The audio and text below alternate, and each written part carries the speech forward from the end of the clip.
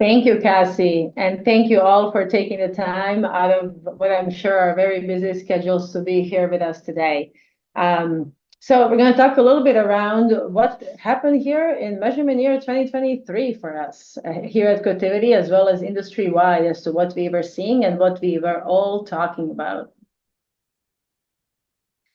So first of all, I know that on the line today, we have a mix of Cotiviti clients, as well as those who do not use us for quality improvement purposes. So again, welcome. But I did want to say that this year was very special for us here at Cotiviti because we were named Best in Class for Payer Quality Measurement and Reporting this year. We received this ranking based on Class's exhaustive customer research and interviews with our clients. For those of you who are familiar with Class as an organization, they use well-established methodologies to evaluate vendor and solution performance across a number of different categories, including culture, loyalty, operations, product, relationship, and value. Cotiviti earned the highest scores in 5 of those categories and saw significant year-over-year improvement across all of them. So this is something, again, we are very proud of, particularly because this is something that was awarded without specific Cotiviti input, but really based on the honest and direct feedback from our clients who use us for their quality measurement purposes, day in and day out. So thank you all for who have contributed. Appreciate your honest and direct feedback to help us get better. Ultimately, that's really our goal as an organization with every single piece of feedback that we get. This year was also special for us because we have won a Stevie Award for Sales and Customer Service. We were the winner of the Bronze Stevie Award for Best Use of Technology in Customer Service. So for those of you, again, who are clients, you are very familiar with My Cotiviti platform. But this award really was focused on the technological expertise and prioritization of customer service outcomes through our portal. Obviously, the My Cotiviti portal is the technological solution, but it is our people who contribute to the answers and drive those improved outcomes and responses back to all of you. So this is another thing that has been very exciting for us as an organization and really a reward for all of the work that we invest in providing better customer support to all of you. And finally, I just, again, wanted to say thank you. We could not have earned these recognitions without your valuable partnership that we have built together. And again, providing that constant feedback that allows us to act upon it and get better with every single HEDIS season. So thank you again. Now I'm going to take a little bit of time also to celebrate another success that was a highlight for Cotiviti this year. And that is around the HEDIS retrieval. For those of you who do this in-house, or whether you work with a vendor, you know that this is always a challenging part of the HEDIS season, right? There's different components that play a role, but we are incredibly proud of the work that we have done this year to support our clients who use us for this particular service. And this year we had 92% retrieval completion, which again, a huge shout out to all of our retrieval agents and support teams and the managers who work on this day in and day out. But this was an improvement of 7.8% over measurement year 2022. And we have 96% of our projects who have hit or exceeded the goal. Again, tremendous accomplishment in a very challenging space of retrieval, of the retrieval, especially on the HEDIS side. You do see some of the quotes from our clients who have provided some of the inputs.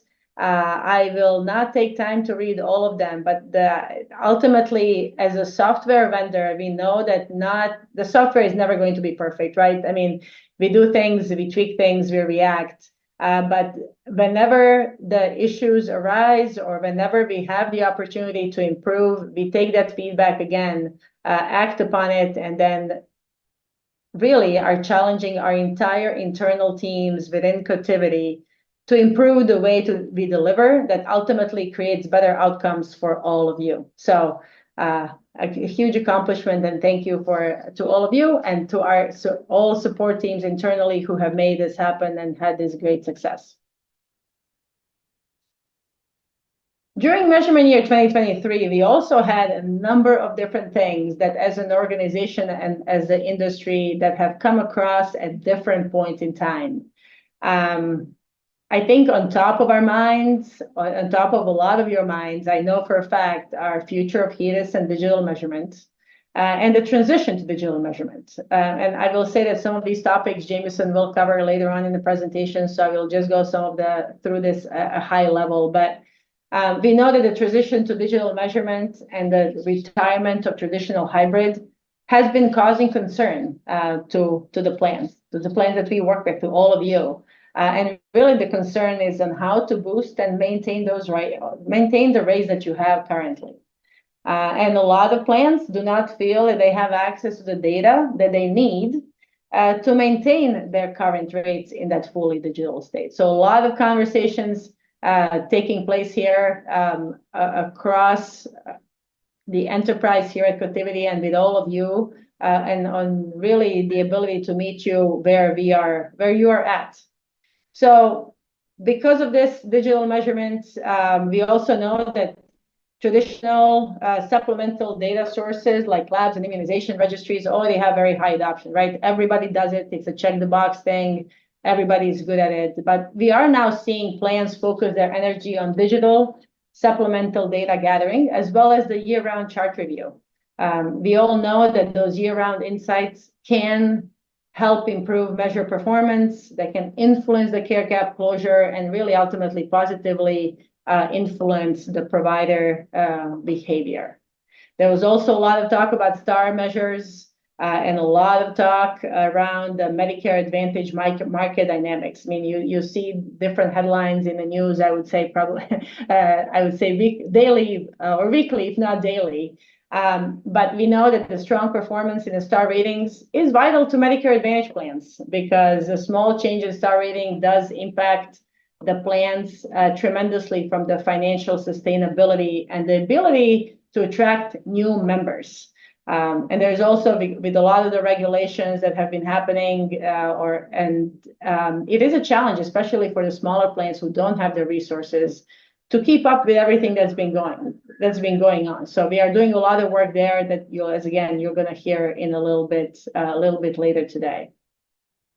And with the majority of those individuals enrolled in plans with a few dominant players, it can also be very difficult for smaller plans to compete.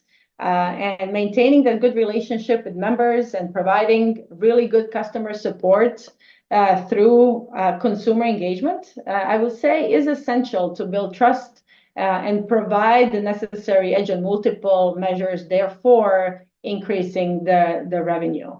And those personalized data-driven intervention can optimize those small plans bonus payments and help them remain competitive in the coming years. We have also been talking a lot about redetermination for Medicaid populations, for those of you who do have Medicaid populations. Generative AI and NLP, another two words that keep coming across, and you'll hear a little bit more about that as well. And then also the clinical data availability. I mean, tied to just getting the ability to get the data through supplemental data through different methods has been focus of many of you, and all of us are under pressure to acquire and exchange the structured clinical information to help reduce costs, improve patient outcomes, and comply with those regulatory reporting standards. We are finally at a point that the 21st Century Cures Act acknowledges the issues we've had, and through TEFCA mandates industry-wide standardization of interoperability protocols and exchange purposes to support the interoperability. So a lot of work taking place there as well. And then last but not least, I think many of you have been impacted with the Change Healthcare cyber attack. We all have heard about it. And done a lot of different things to internally at different organizations, obviously, to not have this happen anywhere else. But this has created unprecedented challenges to all of you, or many of you, and the many healthcare organizations across the country. Specific to HEDIS, because of this particular incident, there was a deadline extension for the submission to HEDIS.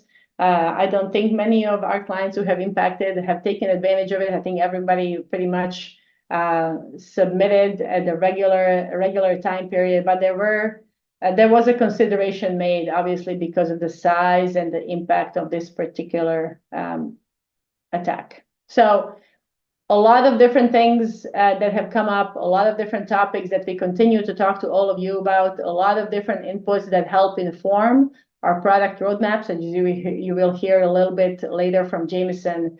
But we are excited to continue hearing from you, things that work, things that don't work, as we move on into Measurement Year 2024, believe it or not. So with that said, I will hand it over to Samantha to talk a little bit more about preparing for Measurement Year 24. Thank you, Branka. So as we look forward into the next measurement year, we're continuing to shift our releases earlier to align with NCQA's changes in specification and certification timelines. As we speak, our teams are actively deploying our first release of Measurement Year 2024 software to plans. We achieved full measure certification by the July 1st deadline, so included in today's release are all certifiable measures.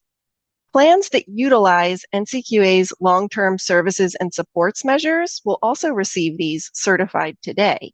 NCQA advanced the certification deadline for these measures this year from mid-December up to July. We've also completed all yearly updates to the medical record review data collection functionality, including the LTSS measures, as well as certified the sampling processes for both HEDIS and LTSS measures. Plans will be able to get an early start to creating test samples, planning their provider chase logic, and training their abstractors on the latest requirements. Our clients can see all of the details of the content included in today's release within the release notes document that we shared to the My Cotiviti client portal. Looking forward into the year, we will be enhancing some of our measure reports with our August release. By the October release, we will have all of the California Align Measure Perform measures certified, and we plan to certify our CAPS and QHP survey measures prior to the December deadline so we can deliver them to plans in November. Delivering the survey measures early will give plans ample time to prepare for their survey sample frame submissions in January. This November release is also scheduled to include updated IDSS XML submission output, matching the Measurement Year 2024 requirements. This will allow plans to prepare their preliminary rate review submissions for early 2025 as well. And then rounding out the remainder of the submission functionality, we plan to have the CMS Medicare patient-level detail files ready for our February release so plans can utilize them for the CMS testing period. While we, as a HEDIS vendor, have several key deadlines to meet NCQA reporting requirements, which drive our release schedule, plans have even more deadlines when it comes to the yearly HEDIS audit. On our next slide, you can see that reviewing the Measurement Year 2024 audit timeline that NCQA provided in April, we noticed that once again, several key audit deadlines have shifted earlier by a day due to falling on weekends. This is the second year in a row where NCQA has moved up many of the audit deadlines. We advise plans to compare your yearly HEDIS project plans to the new audit timeline if you haven't already, as recurring yearly deadlines, such as the end of non-standard supplemental data collection, are moved up by a day. Also noteworthy are the end of medical record abstraction on May 2nd, plan lock by May 30th, and final CMS and IDSS submissions by 9 p.m. Eastern on June 13th. As you're preparing your data to run through the new release of Certified Measurement Year 2024 measures, we wanted to note some key changes to the measure specs for this season that will be impactful when comparing year-over-year measured trends. While we have no new HEDIS measures this season, we do have several retirements this year. Top of mind for plans is the retirement of administrative and hybrid reporting for the colorectal cancer screening measure, shifting to electronic clinical data systems reporting only. Cotiviti understands the importance of supplemental data collection to plan HEDIS submissions. We've developed an abstraction template for the ECDS colorectal cancer screening measure that can be licensed by plans that wish to continue creating supplemental data from member charts that the plan has access to. This measure is available as of today's release in our Measurement Year 2024 software. Also moving to ECDS-only reporting are the children's ADHD medication and metabolic monitoring measures. NCQA has completely retired the spirometry testing and non-recommended cervical cancer screening measures, and we also have the full retirement of the last remaining utilization measures that are not effectiveness of care-like measures, with both ambulatory care and inpatient utilization being removed from the measure set. For measures with major changes, we know that the diabetes event diagnosis criteria updates are important for plans, given that several of the diabetes measures are hybrid and star measures. We have provided licensable preview versions of these 2024 diabetes measure changes in our 2023 software earlier this year, given plan curiosity to begin trending on these changes. And with today's release, plans will now have access to the 2024 certified versions for that continued comparison. NCQA has greatly simplified the requirements for the diabetes measure eligibility by removing visit setting type requirements for diagnoses of diabetes. They also now require a diagnosis of diabetes for members that are eligible for the measure from pharmacy data, which means the removal of the diabetes exclusions value set, as all members in the eligible population will need at least one diagnosis of diabetes. With this change in requirements, NCQA has also broadened the list of eligible prescriptions in the diabetes medication list, allowing for medications that are also commonly used for other purposes, such as weight loss, since a diagnosis of diabetes must also be present for the member. With these changes, you may see a drop in your required exclusion counts for non-Medicare populations, such as members who have been previously excluded from the diabetes exclusions value set will now be removed from eligibility within the event diagnosis criteria requirements directly. The reason we call out Medicare separately is due to the second noteworthy change here, where NCQA shifted their institutional SNP, long-term institution, advanced illness, and frailty exclusions to now be bucketed as required exclusions. Moving these exclusions into the required exclusion bucket means that they all will now allow for the use of medical record or supplemental data. Previously, these exclusions required primary source data to be applied. The advanced illness requirements were also simplified, similar to the diabetes diagnosis requirements, to no longer need specific visit setting type codes. Just 2 diagnoses of advanced illness on different dates of service will now be enough to exclude a member. What plans may see with this change is an uptick in their required exclusion counts across all measures that use these exclusions, particularly in Medicare populations. The overall eligible members may not change unless a plan has supplemental sources for these exclusions already prepared, but your required exclusion trending year over year will see a jump up from this change.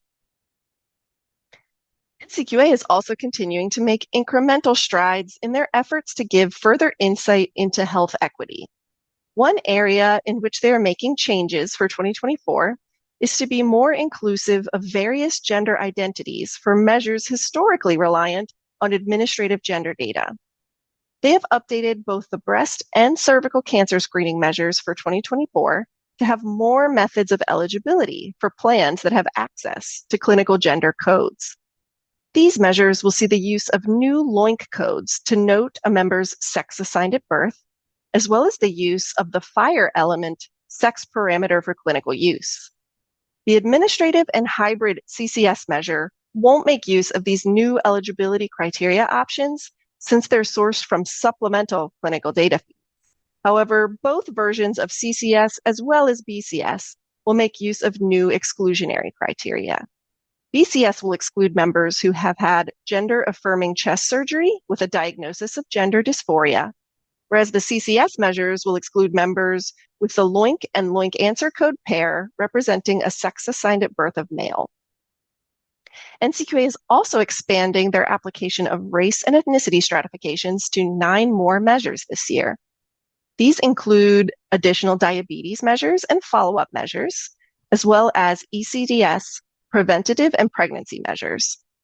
Given the anticipated retirement of administrative and hybrid reporting for the childhood immunization status in 2025, NCQA chose to only implement the stratifications for the ECDS version of this measure. They also only applied the stratification to Combo 10 rather than all of the individual immunization and combo metrics, likely due to the amount of additional data elements that come with race and ethnicity reporting. As we look forward to plans beginning to make use of our updated software for 2024, we wanted to highlight the partnership we have with all of you in continuing to enhance our products each season. With the release coming out today and our upcoming release in August, we've implemented or planned over 50 enhancement request tickets that have been submitted to our product team by clients.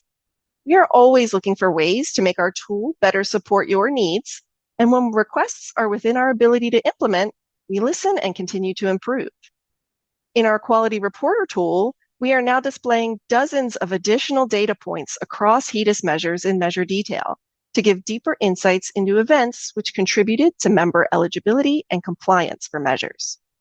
When diving deeper into events that contributed to pharmacy measures, we've added a display of drug names into our pharmacy event drills, so you no longer need to look up the NDC codes to have insight into their corresponding drug names.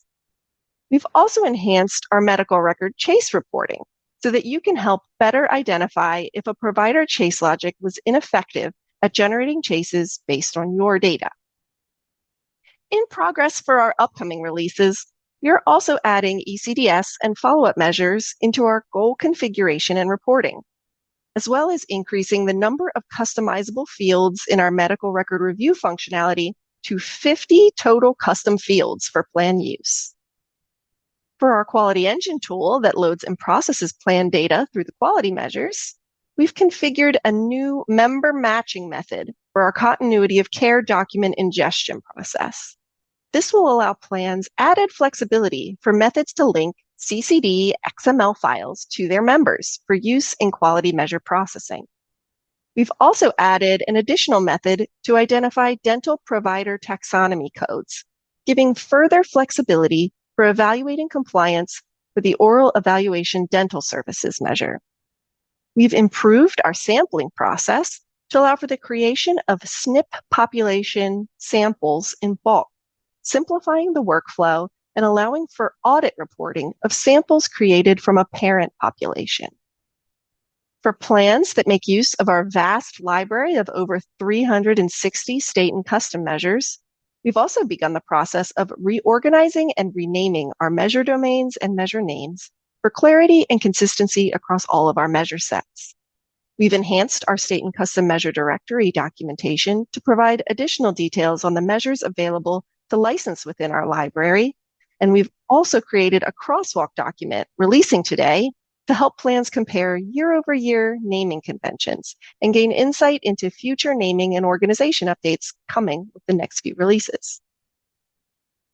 On the topic of our state measure library, this past season, we supported our plans in state reporting efforts across all of the states shown in purple on the map on this slide. This base measure set for these states will be the basis for the start of Measurement Year 2024, and we will continue to adapt and expand our measure library to meet each state's individual reporting needs for the plans we support within these states. We know the needs of states can be complex, and so feedback such as the quote here from a class survey respondent show the value we are adding through our state measure program. Even with CMS mandates for state Medicaid reporting to utilize a standard set of CMS core measures, we continue to see variances across all of the states we support. For this past season, some states utilized federal fiscal year 2023 CMS core requirements, while others used 2024, or even a mix of the 2 years. Some states say in their specifications that they follow the standard CMS core requirements, but then they'll have some general guideline noted indicating a state-specific enrollment or exclusion requirement that falls outside of the standard measure logic and thus requires an entire state-specific library of CMS core-like measures to be created for state reporting. States also continue to use measures outside of the CMS core set for reporting, whether they are persisted versions of retired NCQA measures, measures from other stewards, or state-defined measures. We understand that there is a lot more than just HEDIS measures involved in yearly quality efforts, and that remains top of mind as we work on our digital strategy for the future of quality. On that note, I'll pass the presentation over to Jameson to dive deeper into that future. Thank you, Samantha. Hello, everybody. Again, my name is Jameson Gillitzer. I'm a Senior Product Director here at Cotiviti, and I'll be walking us through the future of quality, really a step-by-step of where we're at today and where we'll be tomorrow. So where I wanted to start was a little level set as to where everybody really fits in our future state. We get a lot of questions around how will measure execution change in the future? What am I responsible for as a plan? What is NCQA doing? Are they going to become a software vendor? What does this all mean? So I wanted to spend a minute kind of level setting what, for the most of you on this call, will be kind of the workflows in this future state, how it all comes together. So we see 3 swim lanes here: health plan on the far left, Cotiviti in the middle, NCQA on the far right, and we'll kind of step through what this will look like for the majority of you all. Starting across the top, specifically over on the top left, we have the number 1 responsibility for the health plan is sourcing most, if not all, the data needed in the FHIR data model to support digital quality measure execution. So this is a huge task. We understand that FHIR is the data model that's being used to execute digital quality measures. So really, without data in FHIR, you're unable to execute those measures. So this is the number 1 thing that should be at the top of your roadmap, top of your list, is gathering data, looking at how to map data to get it into the required standards to execute a digital measure. We skip over Cotiviti and actually jump to the far right. We've got NCQA. They will be delivering in our future state pre-coded measures, as well as they have available a digital reference engine through what they're calling digital content services, or DCS. So you've likely heard digital content services, or DCS, from NCQA, maybe through one of their webinars or blogs or their Health Innovation Summit. Really the goal here with these digital measures, at least sending out a pre-coded measure, is to level the playing field, to make sure that everyone's comparing apples to apples. There is nuance within certified measures today from vendor to vendor, because not everything in volume 2 is prescriptive. There are things like interim bill logic, inpatient stay, same visit logic, delivery logic, etc. That's more on the vendor to determine today. Therefore, it's outside the scope of certification and can vary from vendor to vendor. That will not be the case in our future state, as we'll be ingesting these measures directly from the source, in this case, NCQA. So now with the FHIR input data coming in from the health plan, the measures being coded and coming in from NCQA digital content services, we've got Cotiviti in the middle here, hosting an engine and executing it just like we do today. Very similar to our traditional service models that we support today. Cotiviti will be intaking health plan data, intaking measures, executing an engine, and then returning results. First step here would be some data aggregation, or data enhancing, if you will. So I'm not sure if everybody knows this, but the output of these digital quality measures today is member level, and it basically indicates if the member's in the eligible population or compliant. Now, we know that there's a lot more insights to be tapped into than just whether a member is compliant or not. So getting that data summarized, for example, rolling it up for different use cases, enriching it with information about certain visits or providers, service dates, etc., so that you all can facilitate outreach or any other analysis you'd like to perform to ensure you're submitting the most accurate and high rates as possible. We and other vendors will continue to support reporting user interfaces. So just like Quality Reporter today will exist in our future state, it will just be fed by a different stream of data.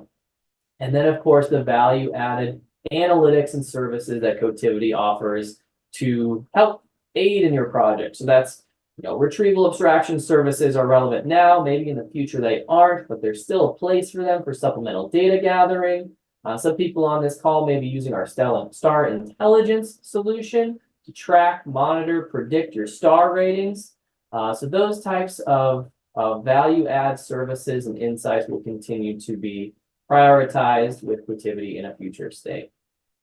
Now, the engine has been executed, the insights are there, they're available to you in a UI, you've got varying number of services depending on how you facilitate your projects. What is missing here? Data outflows. So we understand how valuable this pre and post process quality data is. Our existing customers have access to query the entire back end of their data set on demand directly from Quality Reporter today.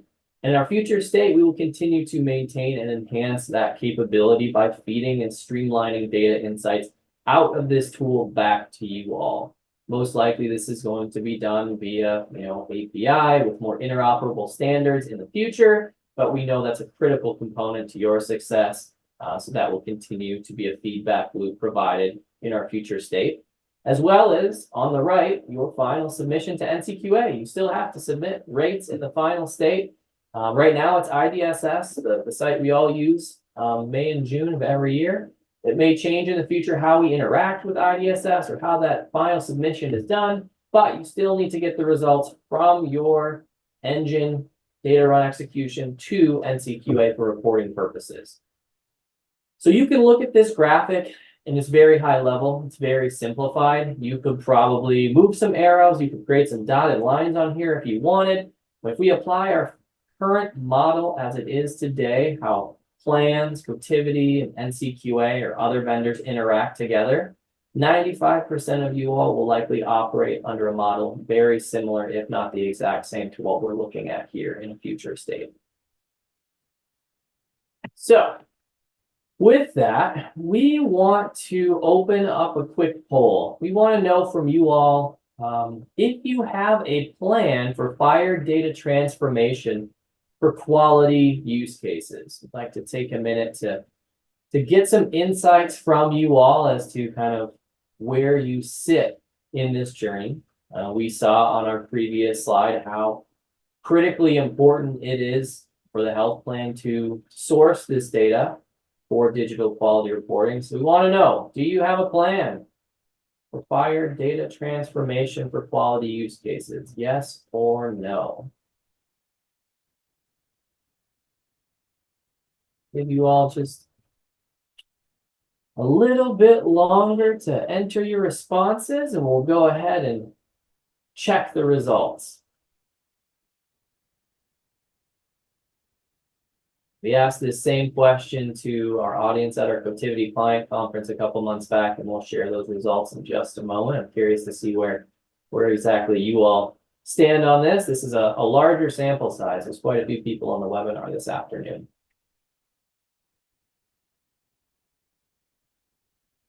Right, go ahead and check the results here.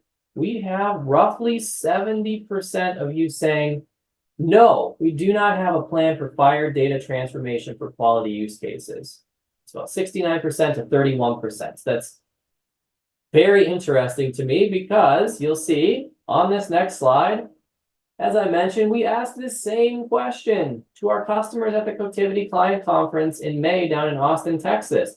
Do you have a plan for fire data transformation? You can see in the lower left, it was just over 70% who said no. So almost identical to this group's response. Very, very reassuring to see that we captured some good data points there. So let's take a minute to talk about our Cotiviti client conference this year. I had the opportunity to co-present with Krishna Kandula. He is the Chief Product Officer at NCQA. As a certified vendor for 24 consecutive years now, we have a very strong relationship with NCQA. Also have a very strong relationship with our customers, and we've been hearing from you all through tickets, strategy meetings, product advisory board, etc., questions and concerns around digital measurement. So we thought our client conference would be the perfect opportunity to bring in NCQA and have a conversation, put it all out there and air some of those concerns. But really what we sought to do is talk through some of the common challenges you all are facing in terms of adopting digital standards, and hear directly from NCQA on what they have planned to address it or how we may alleviate some of those concerns. During that session, the top voted area of concern was downstream reporting impacts, followed by fire data transformation, which we can see again loud and clear on this poll we just took, as well as the time and effort and probably, largely the scope to get this done. We also discussed live in the room the phased approach timelines 2030. So likely everybody knows at this point, but at NCQA's Health Innovation Summit last October, they did roll out their phased approach to move from traditional reporting into a digital-only state. That digital-only state is around 2030 is what we're shooting for. We also talked through provider adoption. There's a lot of concerns that providers are left out of the equation, but are critical to the success of this reporting. So how do we get providers on board, especially those who aren't technologically enabled or maybe in rural areas? And last but not least, we discussed NCQA taking on different kind of responsibility, kind of owning more of the measure coding itself, and kind of what we talked about on that first slide, how we all fit together in that future work stream. At this session, NCQA did not update us on timelines related to hybrid measure retirement. I know we're all closely monitoring when they put something out publicly that states when the remaining hybrid measures will either be retired or transitioned to ECDS. They didn't comment directly on how and if supplemental data gathering rules may change as well, which we'll get into in just a moment, how critically important supplemental data continues to be. What they did do was reiterate that they view themselves as a content creator. They are really responsible for creating measures that are relevant, clinically defensible, measure the right things, and really improve the health of people in this country. Part of all of your plans. They do not see themselves as a vendor. They do not intend to create a reporting application or value add services like the vendors in the space do today. And we get this question a lot, but NCQA reiterated at our conference, they are a content creator. Okay. We also recently distilled some themes from our product advisory board. So we meet with a subset of our client base quarterly to discuss anything that's relevant in the quality space. We'll talk about stars, we'll talk about measurement year, annual updates, we'll share roadmaps, we'll gather direct feedback on designs or future states of our solutions. And you can imagine part of these conversations, pretty much a standing agenda topic for the past several years really, has been digital measurement. So at our Q2 meeting, we boiled up some of those conversations into four main themes that we're hearing from our client base. Now, as I go through each of these four, I want you to think about which resonates with you, which do you experience commonly within your role, within your plan. So we do have another poll question after this, and I'll ask you just that question. What's your number one from this list?